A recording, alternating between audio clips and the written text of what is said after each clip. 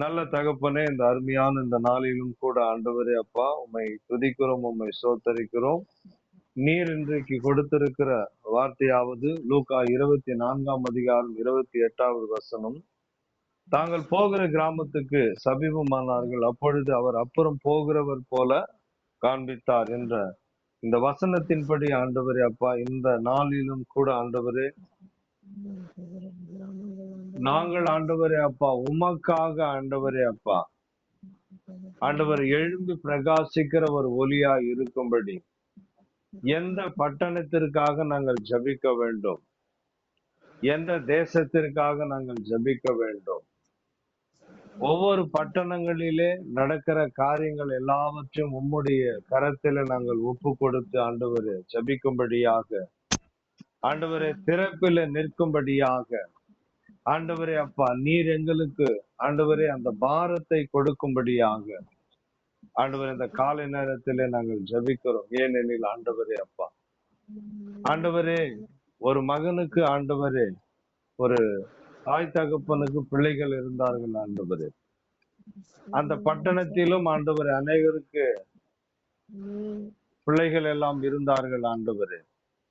ஆனால் அந்த ஒரு தகப்பன் மாத்திரம் ஆண்டவரே தன் பிள்ளைகள் தவறான வழியில போகக்கூடாது, தவறான காரியங்களில் ஈடுபடக்கூடாது அப்படின்னு சொல்லி ஆண்டவர் அந்த தாய் தகப்பனும் அந்த பிள்ளைகளுக்கு ஒரு சாட்சியா இருந்து, இந்த பூமியில நாங்கள் எப்படி வாழ்ந்தோமோ அதே போல நீங்களும் வாழ வேண்டும் என்று சொல்லி நல்லது கெட்டது எல்லாவற்றையும் சொல்லி அவர்களை வழிநடத்தினார்கள். அப்போ தன்னுடைய பிள்ளைகள் கேட்கிறார்கள், தகப்பனே, நீர் எனக்கு இவைகள் எல்லாவற்றையும் சொல்லி நீங்க வழி நடத்துறீங்க, ஆனா அந்த பிள்ளைங்க எல்லாம் ஏன் அப்படி இருக்கிறாங்க? அப்பா, அவங்க அப்பா அம்மா சரியா சொல்லி அந்த பிள்ளைகளை வளர்க்கலையா அப்படின்னு வந்துட்டு இந்த பிள்ளைகள் தன் தகப்பன் இடத்துல கேட்கும் பொழுது அந்த தகப்பன் சொல்லுகிறார், நான் கடந்து வந்த பாதையை, நான் நடந்து வந்த வழியை உனக்கு நான் காண்பித்திருக்கிறேன். அதனால இந்த வழியில போனா நீ இப்படி எல்லாம் இருப்ப அப்படின்னு உனக்கு நான் இந்த வழியை நான் காண்பிக்கிறேன்.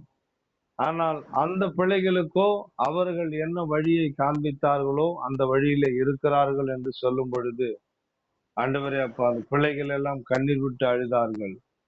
எதுக்காக நீங்க அழறீங்க அப்படின்னு கேட்கும் போது, தகப்பனே, நீர் எங்களை நல்ல வழியில நடத்தினீங்க, ஆனா என்னுடைய ஃப்ரெண்டோட அப்பா குடிச்சிட்டு அவர் படுத்துட்டு இருக்கிறாரு, இப்ப என் ஃப்ரெண்டு குடிச்சிட்டு இருக்கிறான் டாடி, நான் அவனை மீட்டெடுக்கணும், நான் என்ன செய்யணும் அப்படின்னு வந்து அந்த பிள்ளை கண்ணீர் விட்டு அழும்போது, அப்பா அவர் சொன்னார், நீ போய் நீ கற்றுக்கொண்ட காரியங்களை அவனுக்கு சொல்லி அவனை எப்படியாவது நீ மீட்டெடுக்க வேண்டும் என்று சொல்லும் பொழுது, அவன் புறப்பட்டு போய் தன்னுடைய நண்பனை அங்கிருந்து தூக்கி வீட்டுக்கு எடுத்துக்கொண்டு வந்து அவனுக்கு உணவு கொடுத்து காலையில அவனை குளிக்க வைத்து அந்த எல்லா காரியத்தையும் சொல்லி, ஆண்டவரை புதிய ட்ரெஸ்ஸை ஒரு வஸ்திரத்தை எடுத்து கொடுத்து அனுப்பினது போல ஆண்டவர் இந்த காலை நேரத்திலே ஆண்டவரே அப்பா, அப்படியா இந்த ஜனங்களை வழிநடத்தும்படியாக ஆண்டவரே நீர் எங்களுக்கு அந்த பாரத்தை கொடும் ஆண்டவரே அப்பா.